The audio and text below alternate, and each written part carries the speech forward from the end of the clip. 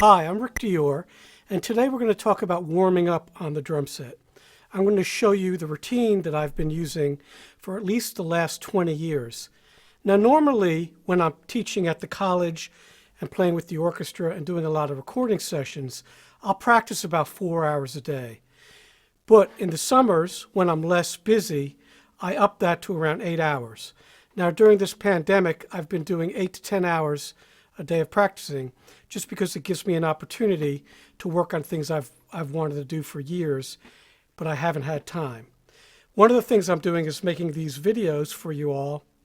I spend about maybe an hour or two a day on those. I record them, whatever I feel like doing. I'll do a series, or if I'm working on something, I'll record it. I'll have it on video. And that's going to be for my students in the future when I'm old and gray and I can't play anymore. Well, I'm gray already, but I can still play a little bit. So I'm doing that, but I do practice and work on things all the time, and right now pretty much all day. And before I start every day, I get up pretty early, around 6 o'clock. I'll warm up my hands for about an hour, and I did a video on that already. And then I'll either play marimba and warm up on that for an hour and practice for a couple hours, or I'll go right to the drum set, and then I'll warm up on the drum set for about a half hour, and then start working on things. And I'll just play until I get tired, or my butt hurts, or my back hurts, or my head hurts. And then I'll take a break, maybe take a little nap, eat some lunch, hang out with my wife, and then I'll do the second part of my practicing later in the day. Now, some days I teach Skype lessons. I do a lot of those. And so on those days, I'll go back to my 4 hour a day thing. So anyway, that's my routine. A lot of you asked me that, emailed me that. So that's what it is. But again, today I'm going to show you how I warm up, most notably between my hands and my feet. Every day you're going to feel a little different. That's one thing you'll all find out as you get older. Your body tends to stiffen up. Depends, how much you've been playing. If you had a gig the night before, if you're not in really good shape physically, you're going to have a hard time practicing. Do not practice 8 hours if you're not used to doing it. I've built up to that over many, many, many years. So I'm used to it. And with me, it goes by in a flash. I really enjoy it.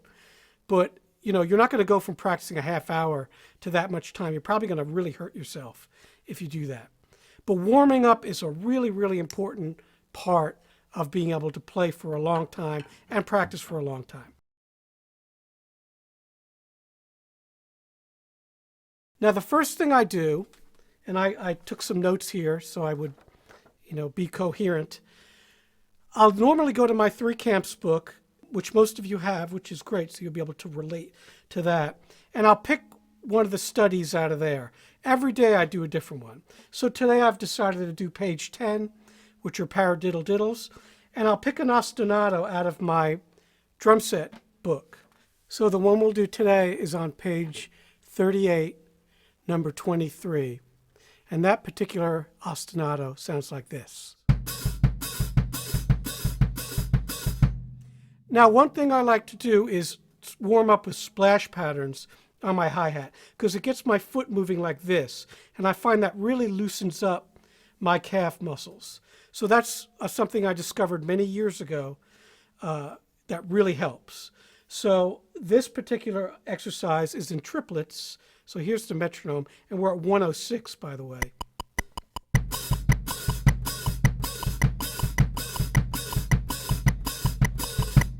So that's how that sounds. And then what I'll do is I'll just play some of the 3 camps over it. So I'll show you how that would sound.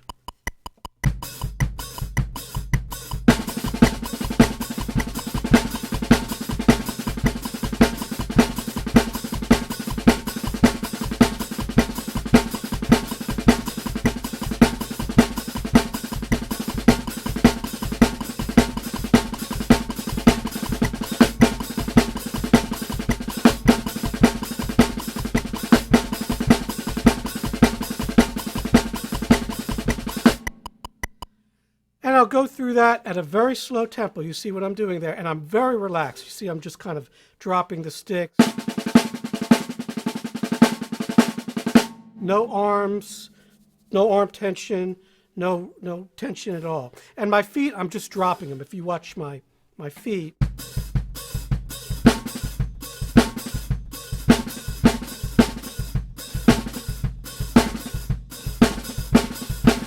So that's the drop that I'm showing you. Now if we do the whole thing,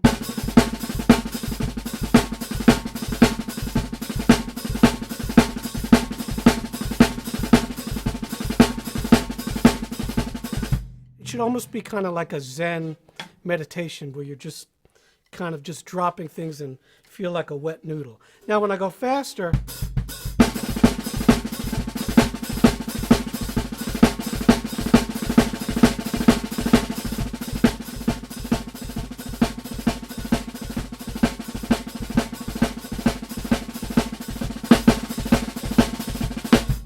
there you see playing different dynamics.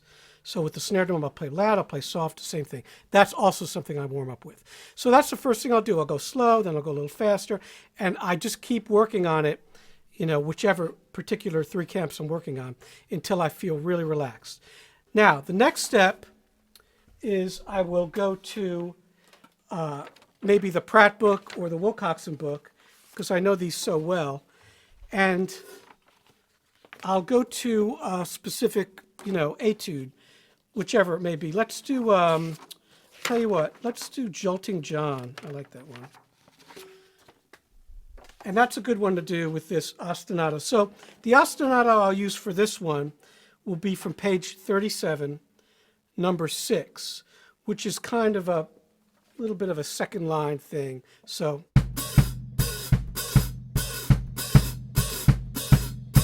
once again, splashing that hi-hat, okay?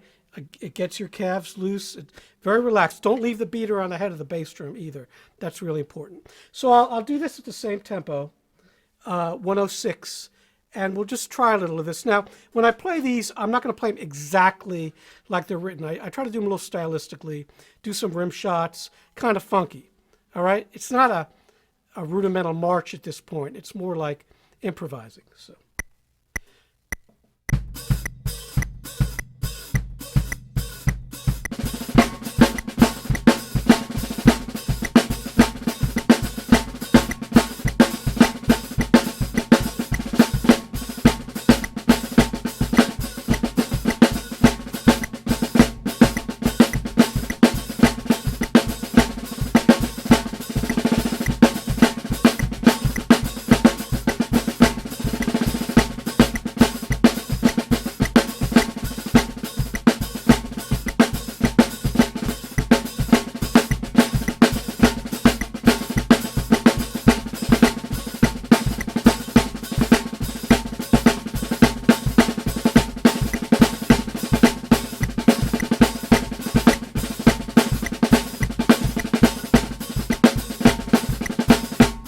All right, and so we'll save some time. We'll go all the way through it. So that's what I'll do. And again, it doesn't have to be this one. I'll use any number of books that I have. Use anything, as long as you're relaxed. Then the next thing that I'll do is I picked something out for you here. I'll play something from my book, Broad Strokes, which I use a lot on the drum set, believe it or not. This is published by Tapspace. And the exercise I use is number 2 from page 37 on my feet. And that's kind of a samba exercise.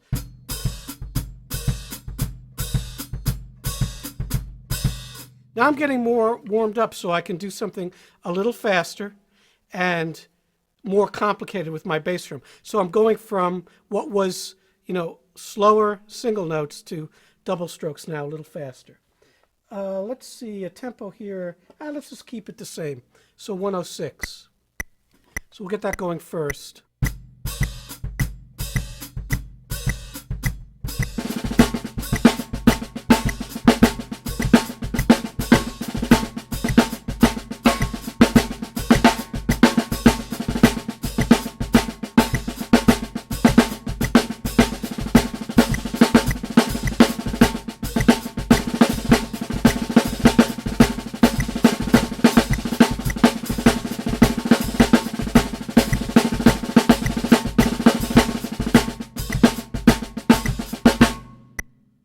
So that I skipped the first inning, I went to the second inning. I don't necessarily perform it, you know, but I'll play this kind of thing. So this is difficult because you're doing complicated stickings now over the ostinato. The ones from the Pratt were complicated, but not like this, where you're doing lots of paradiddle stickings. So that's the third step of what I do. And I'll get that faster.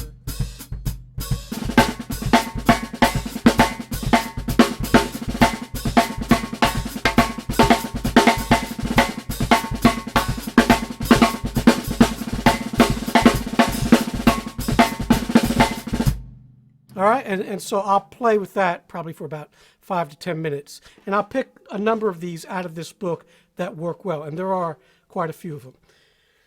So we're probably, at that point, we're probably like 15 minutes in, and the next thing I do is I'll go back to the Pratt book or the Wilcoxon book. So now we're getting pretty much warmed up. And this is stuff that I work on regularly anyway. So this is the time where I start working on these kinds of things. Now, I've done this stuff in some of my other videos for you as well. So we'll do it here again, and I'll show you how I use it to warm up. So this is a piece called Licorice and Molasses from the Pratt 14 Modern Contest Solos. What you're going to do for this is substitute parts of the rolls, the drags, and the flams with the bass drum, while keeping some sort of hi-hat ostinato going. So this is difficult, and this is something I'm always working on. So we'll play a little of this for you, and I think that we can do this at the same tempo would work.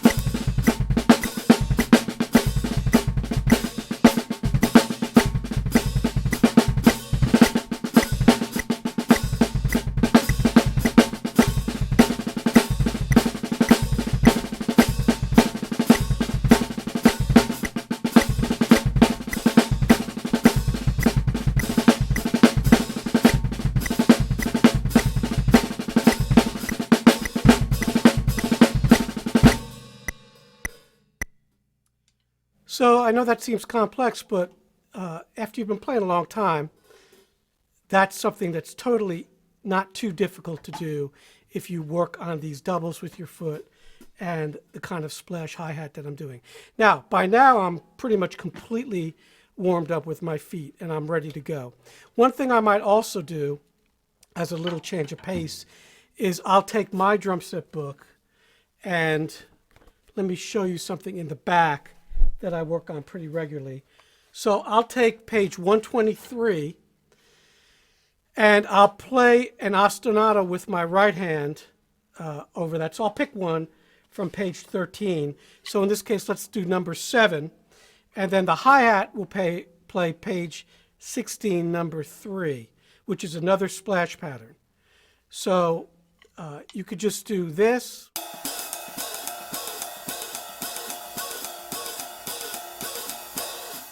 So I swing that and I play it straight. So that gets me warmed up in both realms if I'm practicing jazz. You know, or I'm practicing straight. So from triplets all the way to sixteenths and anywhere in between. So we'll start this out and I'll play it on sixteenths. We'll do this at 112 and we'll put on to sixteenths. So I'm just going to play a little bit of 123. 1, 2, 3, 4.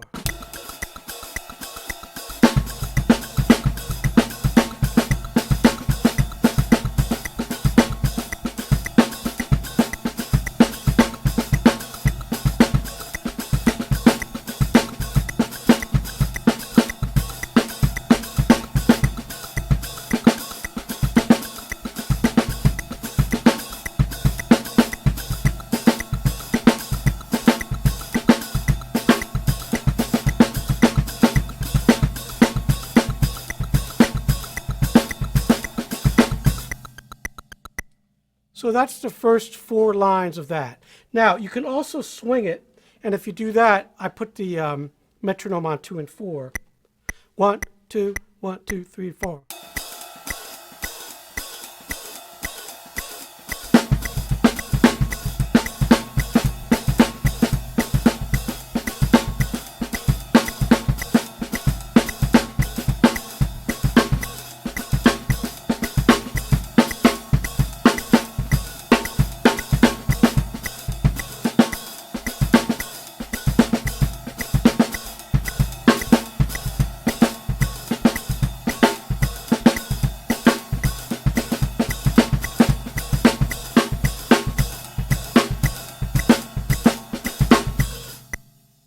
That's not bebop. It's more like a hip hop kind of, you know.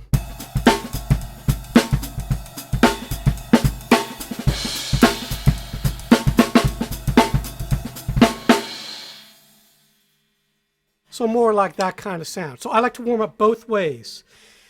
So that helps with my coordination warm up, getting my hands and feet working together. That's also a type of warming up. You're warming up your brain more than anything. So that's really my routine, and it probably, you know, it's about a half hour's worth of stuff that I do every day, and I try to change it up. That's why these books are so useful, because you never get bored. You can always go to a different etude, a different ostinato, and, you know, the thing about practicing a lot is to keep yourself from getting in this, you know, rut. And I never do that because I'm always changing things up. I'm always doing different stuff, different styles, different exercises. And I do set goals for myself, tempo goals, dynamic goals, coordination goals. And I try to meet those goals within a specified period of time. So I hope this helps, and we'll see you next time.